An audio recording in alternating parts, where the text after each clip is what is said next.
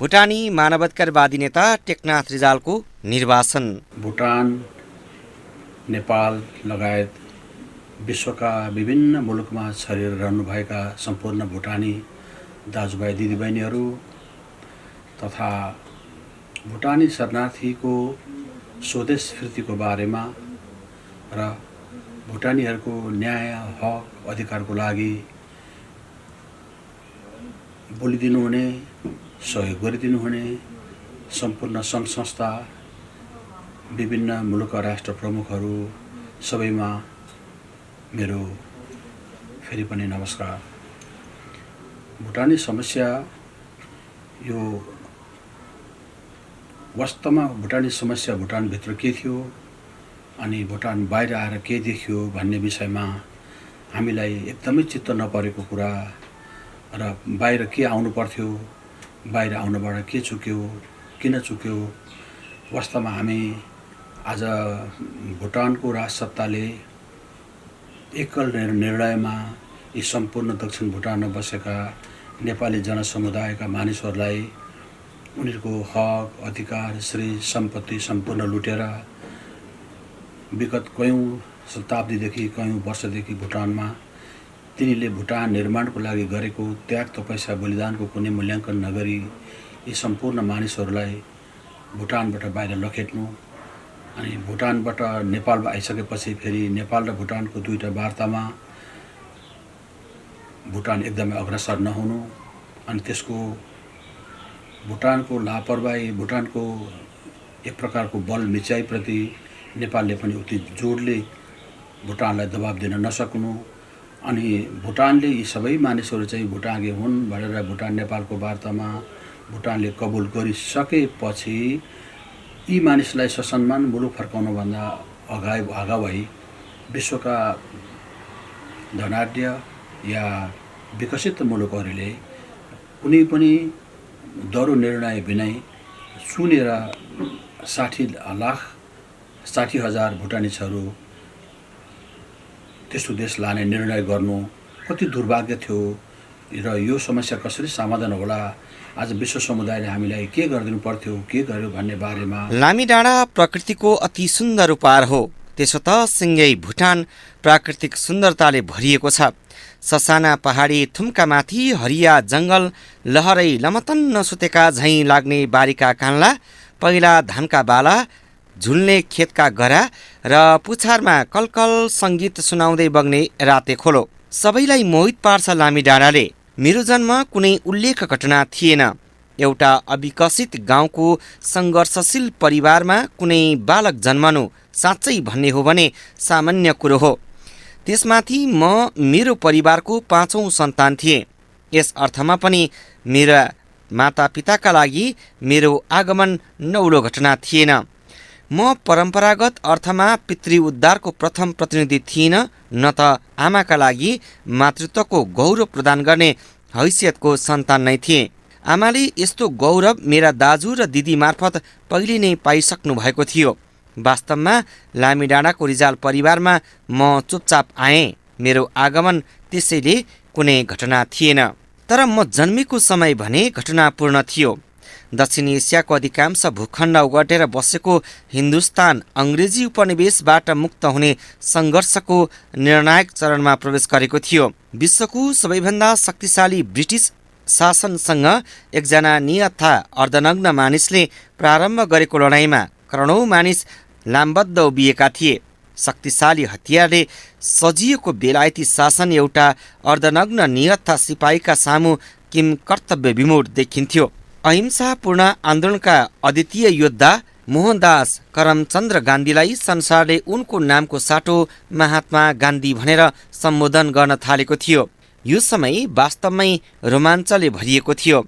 लडाइँमा बेलायत र भारत मुखामुख थिए। तर यस लडाइँको प्रभावमा सम्पूर्ण दक्षिण एसिया थियो र लडाइँको तरङ्ग चाहिँ विश्वभरि नै फैलिएको थियो। सन् 1947 अगस्त 15 का दिन भारत स्वाधीन भयो। म त्यसबेला 5 महिनाको थिएँ। भुटानमा वाङचुक वंशको दोस्रो पुस्ताका प्रतिनिधि जिग्मी वाङचुकको शासनकालको 21औं वर्ष चल्दै थियो। लामी डाँडाका वरिपरि बलिया पहरेदार जस्ता धजे डाँडा, धुपी डाँडा, माने डाँडा रहेका छन्। पुङ्गी खोलो गाउँको बीचबाट बग्छ र सुनकोशी गाउँको पुछारमा छ। सिरानमा जङ्गल छ। जङ्गलभन्दा मुनि गाउँ छ र गाउँमा कुम मिलाएर लामबद्ध उभिएझैँ देखिने कान्ला छन्। कतै खोल्सा खोल्सी पनि छन्, तर ती नाङ्गा छैनन्। मानव गाउँमाथिको जङ्गलदेखि तल सुनकोशी नदीसम्म एउटा सुन्दर मजेत्रो ओछ्याइएको छ, जुन मजेत्रोमा थरीथरीका बुट्टा भरिएका छन् र मजेत्राका किनार भएर खोला बग्दैछन्। ती सग्ला छन् हरियो मजेत्रोमा सेता पारी जस्ता। यस सुन्दर गाउँमा मेरो पुर्खा करिब 200 वर्ष अघि बस्न पुगेको थियो। नेपालको पाँचथर भन्ने ठाउँबाट ब्रिटिस गोर्खा सैनिकमा संलग्न भएर पहिले मेरा पुर्खा भारतको गढवाल पुगेछन् र त्यहाँबाट सिक्किमको नाम्ची हुँदै भुटानको सिप्सु पुगेछन् र त्यसपछि लामी डाँडामा बस्न पुगेका रहेछन्। त्यसबेला भुटानमा शासन गर्ने वर्तमान वाङचुक वंशको साटो ngawang नामग्यालका सन्तानको शासनकाल थियो। ngawang नामग्याल सन् 1639मा भुटानका राजा भएको झन्डै 160 वर्षपछि 1799 सालतिर मेरा जिजुबाजे भुटान पुग्नु भएको मेरो अनुमान छ। मेरा पुर्खाले भुटानमा बसोबास गर्न थालेको करिब 108 वर्षपछि वर्तमान राजा जिग्मे सिग्मे वाङचुकका जिजुबाबु टोङसा पेन्लोप उगेन वाङचुकलाई वाङचुक वंशका प्रथम राजा घोषित गरिएको थियो। लामी डाँडा गाउँको पछाडिपट्टि दागापेलाको सुन्दर हिमश्रृङ्खला देखिन्छ। कुनै नाटक घर सिङ्गारेझैँ देखिने त्यस हिमश्रृङ्खलालाई पृष्ठभूमिमा पार्दै लामी डाँडाका डाँडापाखामा बिहान सबेरैदेखि घाँसे र दाउरीहरूको बाँसुरीका धुन लोकलोहरी घन्किन थाल्छन्। मेरो बाल्यकाल यही परिवेशमा बित्यो। जिजु बाजेले पहिलो पटक छुनु भएको भुटानको माटोलाई मेरा बाजे बनारस रिजालले रगत पसिनाले सिन्चनु भयो। जीवनका केही उर्वर समय उहाँले ब्रिटिस गोर्खा सेनाको सेवामा समेत अर्पण गर्नुभएको थियो। उहाँका छोरा मेरा पिताजी दीननाथ रिजालले समेत ब्रिटिस सेनामा रहेर केही समय सेवा गर्नुभएको थियो। उहाँ सोझो, सरल र सज्जन मानिस हुनुहुन्थ्यो। आमा दयालु एवं धर्मपरायण नारी हुनुहुन्थ्यो। हाम्रो परिवार विकासोन्मुख थियो। जीवन निर्वाहका लागि सङ्घर्षको विकल्प थिएन। परिवार ठुलै थियो। यस अर्थमा सीमित आय स्रोतले परिवारको पालन पोषण मुस्किलले पुग्दथ्यो। यद्यपि स्वजनहरूको स्नेहपूर्ण माया ममताले अभावको अनुभूति हुँदैनथ्यो। परिवेश नै यस्तो थियो। वास्तवमा प्रकृतिको सङ्गतमा बस्ने कसैले पनि आफूलाई अभाव भएको महसुस नै गर्दैनन्। अभाव त सहरतिर मात्र खड्किँदो रहेछ, जहाँ भौतिक प्रगति चरममा हुन्छ तर मन सधैँ विपन्न हुन्छ। त्यसैले सहर दौडिरहन्छ, निरन्तर हतारमा हुन्छ। तर गाउँ जहिले पनि शान्त देखिन्छ। लामी डाँडा पनि शान्त थियो, जहाँको म बासिन्दा हुँ। मेरो शैशवकाल त्यसरी नै व्यतीत भयो जसरी एउटा विकासोन्मुख ग्रामीण परिवारको एकजना औसत सदस्यले बिताउने गर्दछ। किशोर अवस्थाको उमेर पनि त्यसै गरी नै बित्यो जसरी अन्य गाउँले किशोरले बिताउने गर्दछन्। कहिले गोठालो पनि गइयो, कहिले खेतालो पनि भइयो र एउटा ब्राह्मण परिवारमा जन्मेका कारण पनि हुनसक्दछ संस्कार बस पढ्न पनि थालियो। अक्षर आरम्भदेखि प्रारम्भिक शिक्षा दीक्षा घरबाटै सुरु भयो। चण्डी, रुद्री जस्ता परम्परावादी ब्राह्मण परिवारमा उपलब्ध पढाइ सकेर संस्कृत भाषा मार्फत मध्यम स्तरको अध्ययनमै यो क्रम यसै टुङ्गियो। परिवेश नै यस्तो थियो। मुलुकमा शिक्षाप्रतिको जागरण व्यापक भइसकेको थिएन। शिक्षा प्रदान गर्ने संस्था सामान्य मानिसका पहुँचभन्दा टाढा थिए। यद्यपि लामी डाँडामा सरकारी विद्यालय खुलिसकेको थियो। म त्यहीँ अध्ययनरत थिएँ। शिक्षाको अभाव यद्यपि सरकारका लागि पनि खड्किएको थियो। देशका सरकारी कार्यालय समेतको सञ्चालन विदेशी जनशक्तिबाट सम्पन्न गर्नुपर्ने अवस्था थियो। सरकार यस स्थितिको अन्त्य चाहन्थ्यो, तर पूर्वाधारको विकास बिना मानव संसाधनको विकास सम्भव थिएन। यसैले सरकारले स्थानीय युवालाई आवश्यक तालिम प्रदान गरेर विकास निर्माणका काममा संलग्न गराउने नीति लिएको थियो। भुटानका युवा भारतका विभिन्न सहरमा गएर तालिम लिएर फर्कन्थे र विकास निर्माणका काममा लाग्दथे। विद्यालयमा अध्ययन गर्दैकाहरूलाई सरकारी काममा पठाउने प्रचलन थियो। विद्यालयमा अध्ययनरत किशोरलाई सोझै सरकारी जागिर दिइन्थ्यो। विद्यालयको अध्ययन बाहेक उनीहरूले आवश्यक तालिम पाउँथे। म समेत यसको अपवाद थिइनँ। सन् 1964मा विद्यालयमा अध्ययन गर्दा गर्दैको मलाई पनि सरकारी आयोजनामा काम गर्न भनेर विभिन्न इलाकामा खटाइयो। म त्यसबेला केवल 16 वर्षको थिएँ। 16 वर्षको मानिस कति परिपक्व हुन्छ र? अहिलेका पुस्ताका किशोर किशोरीसँग तुलना गर्दा यो हाँसखेल गर्ने उमेर बाहेक केही होइन। तर यस उमेरमै मैले सरकारी आयोजनामा गएर घरबाट कयौँ दिनको बाटो हिँडेर विभिन्न इलाकामा पुगेर काम गर्नु पर्यो। मुलुकमा मानव संसाधनको अभाव थियो, यसैले कडिला काँधमा गरुङ्गा जिम्मेवारी दिएर सरकारले मानिस खटाउँथ्यो। देशका लागि म खटेको थिएँ। मेरा पुस्ताका मेरा दौतरी खटेका थिए। अहिले सम्झँदा दुःख लाग्दछ। कलिलै उमेरमा आफूले बोक्ने भन्दा ठुला दायित्व बोक्नु नपरेको भए सम्भवतः आजको कुटिल र सङ्घर्षपूर्ण समाजमा जति शिक्षाको आवश्यकता पर्दछ त्यति शिक्षा लाभ गर्न म पनि सक्दथे होला। तर यो दुःखको अनुभूति आजको मात्र हो। कुनै पनि एकजना मान्छेले पनि बाहिरको मान्छेले एक रात बास बस्यो भनेदेखि त्यो बास दिने र बास बस्ने दुईटालाई जेलको सजाय हुन्छ भने कसरी बाहिरको मान्छे त्यहाँ गएर बसेको थियो होला भन्न भुटानको राजाले मिल्छ।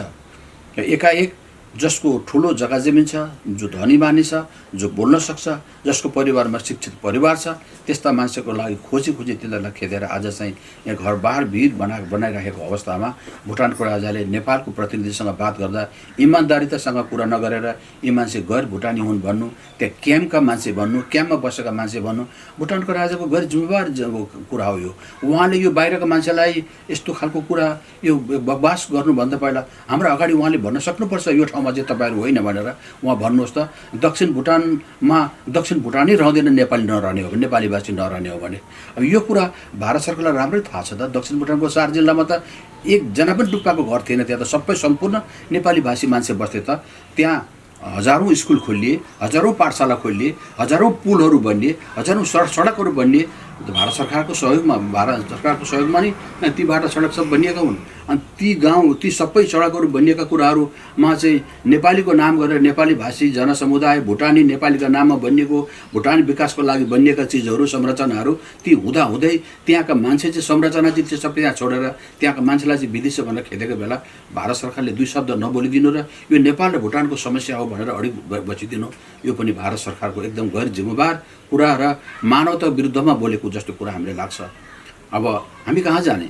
भुटानले त हाम्रो कुरा सुन्नै मानेन। भुटानको लागि त खालि एउटा जनप्रतिनिधिले खालि तपाईँले जुन काम गर्नु हुँदैछ राजा यो गलत हो तपाईँको यो नगर्नुहोस् भन्दा नि अब एकजना म टेकनाथ रिजाललाई के भनिएको थियो भने तैँले यो कुरा उठाइस् यसकारण तँलाई जेल हुनुपर्ने थियो, तर तैँले अहिले साथीसँग मिलेर यो कागज उठाएको हुनाले गर्दा तँलाई म छोड्दैछु। तर आज उपरान्त तैँले 3 जनाभन्दा बढी मान्छेसँग भेट्न पाउने छैन। 3 जनाभन्दा बढीसँग तैँले भेटिस् भने तैँले आजीवन कारावासको सजाय भोग्नुपर्छ भन्ने मसँग अकरनाम लिएर चाहिँ मलाई छोडियो। त जनप्रतिनिधिले बोल्नै नपाउने। अब म त्यहाँ बोल्न नपाउने भन्नेमा मैले बोल्नै पर्ने अवस्था थियो।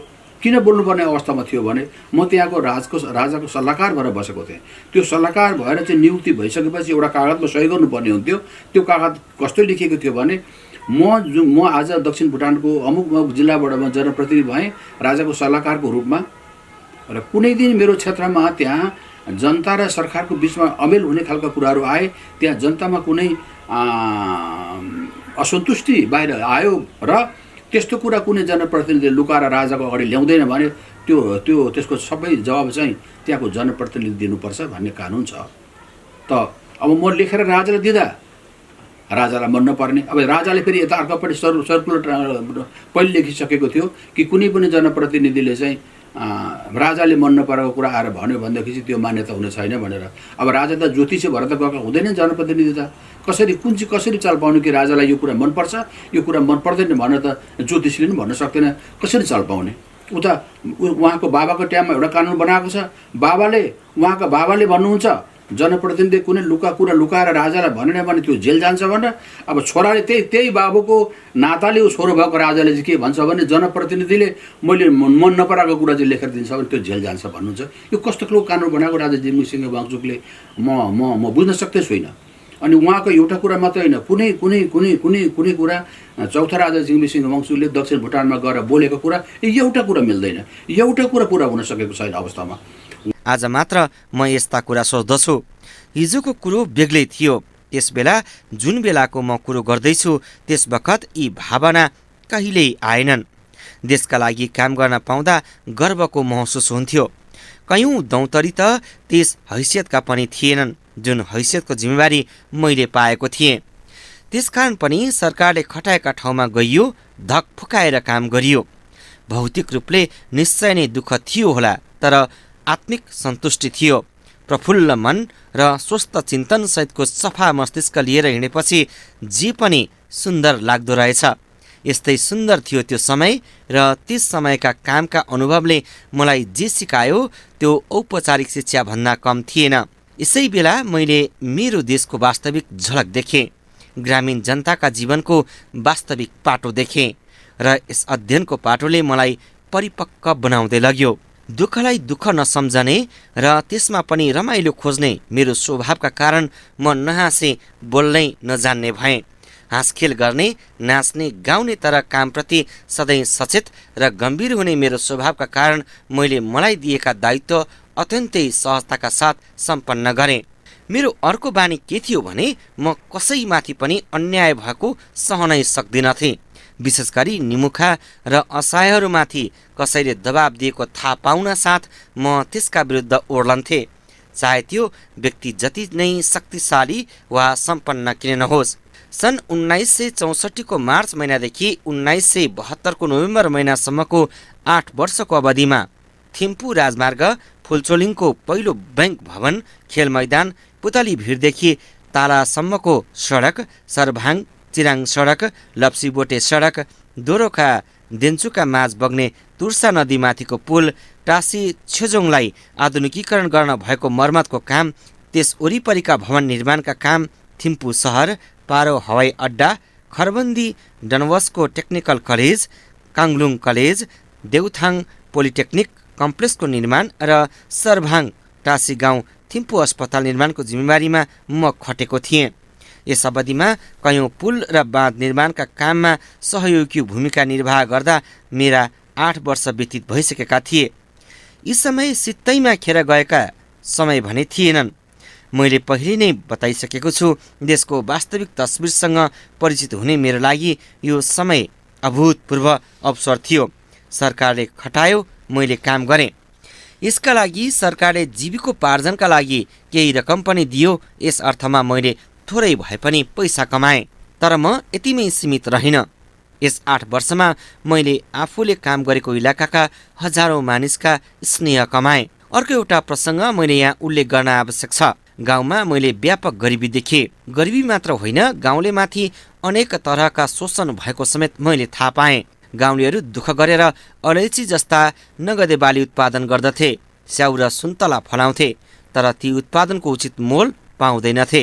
तराईतिरका विशेष गरेर भारततिरका व्यापारी गाउँमा आएर ती गाउँलेका उत्पादन अत्यन्त सस्तो मूल्यमा खरिद गर्दथे। मैले बिस्तारै के थाहा पाएँ भने गाउँलेका उत्पादनलाई खरिद गरेर ती व्यापारीहरू चौबर मूल्यमा भारत पश्चिम बङ्गालको सिलिगुडी बजारमा लगेर बेच्थे र प्रशस्त कमाउँथे। यो चरम शोषणलाई देखेपछि मैले काम गर्ने क्षेत्रका सबै गाउँलेलाई भने, अबदेखि तिमीहरूले आफ्ना उत्पादन व्यापारीलाई नदेऊ, उनीहरूले दिएको भन्दा दोब्बर मूल्य म तिमीहरूलाई दिलाउँछु, ती सबै उत्पादन मलाई देऊ। प्राय गाउँलेहरू दक्षिण भुटानको सरभाङ बजारसम्म गएर आफ्ना उत्पादन भारतीय व्यापारीलाई बेच्दथे। यसो गर्दा गाउँलेको त्यहाँसम्म पुग्ने भाडा बाहेक कतिपय सरकारी करमा खर्च हुन्थ्यो। मैले त्यो सबै हिसाब गरेँ र सरभाङका व्यापारीले सिलिगुडी पुर्याएर कमाउने नाफा समेत जोड्दा गाउँलेलाई उनीहरूले पाएको मूल्यभन्दा दोब्बर भाउ दिन कुनै गाह्रो कुरो होइन भन्ने टुङ्गोमा पुगेँ। मैले भने झैँ गाउँलेहरूले आफ्नो उत्पादन भारतीय व्यापारीलाई दिन छाडे। भारतीय व्यापारीहरूको दोहोलो काडियो। उनीहरूले गाउँलेले आफ्नो उत्पादन दिन नचाहेका कारण पत्ता लगाएपछि ती व्यापारीहरू मसँग ठोक्किन आइपुगे। मैले ती व्यापारीसँग भने, तिमीहरू यसरी गाउँलेलाई वर्षौंदेखि शोषण गरिआएका रहेछौ, अब यो चल्दैन। गाउँलेहरूले कडा परिश्रम गरेर उत्पादन गरेका वस्तुहरूको उचित मूल्य पाउनुपर्छ। मैले उनीहरूसँग के शर्त राखेँ भने, सिलिगुडीमा जुन भाउमा वस्तुहरू बिक्री गरेर तिमीहरू नाफा कमाउँछौ त्यसको आधा अंश गाउँलेले पाउनुपर्छ। मेरो यस शर्तलाई व्यापारीहरूले मानेनन्। त्यसपछि मैले गाउँका उत्पादन नाकाबन्दी गर्ने धम्की दिएँ। यस धम्कीलाई ती व्यापारीले सम्भवतः पत्याएनन् तर म पनि कमजोर थिएन। मैले भुटानका गाउँका उत्पादन गाउँमै रोकेँ र सिलिगुडीका व्यापारीसँग सोझै सम्पर्क गरेँ। भुटानबाट माल सामान नआएकोमा उनीहरू पनि चिन्तित थिए। मैले उनीहरूलाई भने भुटानका गाउँलेका उत्पादन लिने हो भने मसँग सम्पर्क राख, सर्भाङका बिचौलियाले अब हाम्रा सामान पाउँदैनन्। सिलिगुडीका व्यापारी मसँग सहमत भए। उनीहरू सर्भाङमा बसेर बिचौलियाको काम गर्ने भारतीयलाई दिने भाउ मलाई दिन थाले। मैले पनि सर्भाङका व्यापारीले दिने मूल्यभन्दा दोब्बर पारेर गाउँलेलाई दिने र उनीहरूका सामान किनिदिन थाले। मैले यो काम मात्र 2 वर्ष गरेँ। यो 2 वर्षमा मैले भुटानका गाउँले कृषकको स्नेह र सद्भावता आर्जन गरे नै प्रशस्त पैसा पनि कमाएँ। वास्तवमा मैले जीवनमा कमाएको भन्ने समय नै त्यही थियो। यी आर्जनले मैले लामीडाँडाको आफ्नो घर व्यवहारलाई व्यवस्थित बनाएँ। गेलेफुगमा निकै महँगो ठाउँमा एउटा 3 तले घर बनाएँ, मोटर किने र जमिन जोडे। निम्न मध्यम वर्गीय ग्रामीण परिवारको म जस्तो सदस्यको जीवनमा यो 2 वर्षको समयले अभूतपूर्व परिवर्तन ल्याइदियो। लामीडाँडामा आफ्नो निजी जेनेरेटर राखेर झलमल्ल बिजुली बाल्ने म पहिलो व्यक्ति थिएँ। मेरो यस अवतारले म त लाभान्वित भए नै सर्भाङका व्यापारीलाई आफ्ना उत्पादन बेचेर शोषणमा परिरहेका कयौं मानिसले समेत मबाट प्रेरणा लिए। उनीहरू आफै सिलिगुडी गएर त्यहाँका व्यापारीसँग सम्पर्क राख्न थाले र आफ्नो उत्पादन सोझै बेचेर लाभ लिन थाले। मलाई सम्झना छ, त्यसपछि यस्तो कृषिजन्य व्यापारमा लागेका धेरै भुटानी युवाहरू सम्पन्न भए। काम गर्नु तर कामलाई बोझ सम्झेर होइन, रमाइलो गरेर गर्नुको रमाइलो नै बेग्लै हुन्छ। मैले त्यसै गरेँ। मैले सम्पन्न गरेका ती कुनै पनि कामलाई मैले काम सम्झिनँ, एउटा अवसर सम्झेँ। यस्तो अवसर जसलाई रमाइलो बनाउन सकिने असङ्ख्य मौका हुन्छन्। मेरो यो काम गर्ने शैलीलाई धेरैले मन पराउँथे। मसँग काम गर्न त्यसैले जो पनि रुचाउँथे। काम सकिएपछि मनोरञ्जनका नाचगान र कहिलेकाहीँ सरसल्लाहका एवं धेरैजसो समय हस्यौलीमा व्यतीत हुन्थे। यही क्रममा सन् 1973 सेप्टेम्बर महिनामा राज्यसभाको निर्वाचन हुने भयो। लामीडाँडा महकुमाबाट मलाई उम्मेद्वार हुनुपर्दछ भनेर गाउँका मानिस हौस्याउन थाले। बिस्तारै यस्ता आग्रह त्यस क्षेत्रका अन्य मानिसबाट समेत आउन थाल्यो। पहिले त म यस प्रस्तावलाई स्वीकार गरौँ वा अस्वीकार गरौँ भनेर दोधारमा परेझैँ भए। तर अन्ततः मेरी आमाले समेत मलाई यो अवसरलाई सदुपयोग गर्न प्रेरणा दिनुभयो। यसपछि म उम्मेदवारी दिन सहमत भएँ। चुनाव मैले राम्रो मतले जितेँ। राजनीतिमा मेरो यो पहिलो पाइलो थियो। जम्मा 25 वर्षको उमेरमा म दक्षिण भुटानका जनताको प्रतिनिधिका हैसियतले भुटान राज्यसभाको सदस्य भएँ।